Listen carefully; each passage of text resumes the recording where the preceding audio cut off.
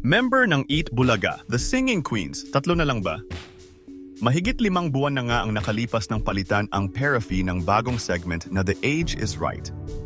At kasabay nga ng pagkawala ng Paraffy ay ang pagdalang ng paglabas ng mga Singing Queens sa Eat Bulaga.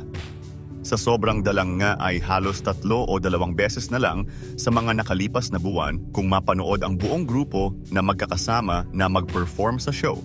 Huling beses nga na magkakasama ang 5 member na kumanta sa entablado ng Eat Bulaga ay noong June 6, 1 buwan mahigit na ang nakakaraan.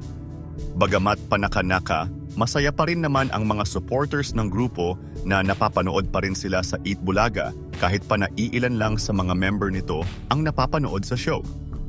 Pero napansin naman ng ilan sa mga taga-subaybay ng Eat Bulaga na 3 member lang ng Singing Queens ang madalas nilang nakikita. Ito nga ay sila Singing Queen Sam, Jean at Casey. Habang hindi pa rin nila nakikitang muli sila Singing Queen Anne at Eunice. Nagkaroon tuloy ng hinala at haka-haka ang ilan na baka daw wala na sila sa grupo. Hindi rin kasi kasama sila Anne at Eunice noon sa TVJ YouTube livestream Song by Request Father's Day Special kung saan sila Singing Queen Sam, Jean at Casey lang ang nandoon para kumanta. Mas lalo pang tumibay ang hinala ng mga netizens na 3 na lang ang member ng Singing Queens.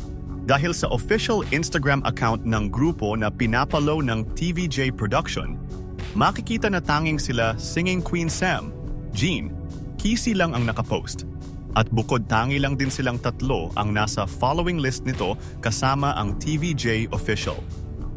Kaya naman, panay na rin tanong ang mga supporters nila kung bakit hindi na nakakasama sila Singing Queen Anne at Eunice sa Eat Bulaga.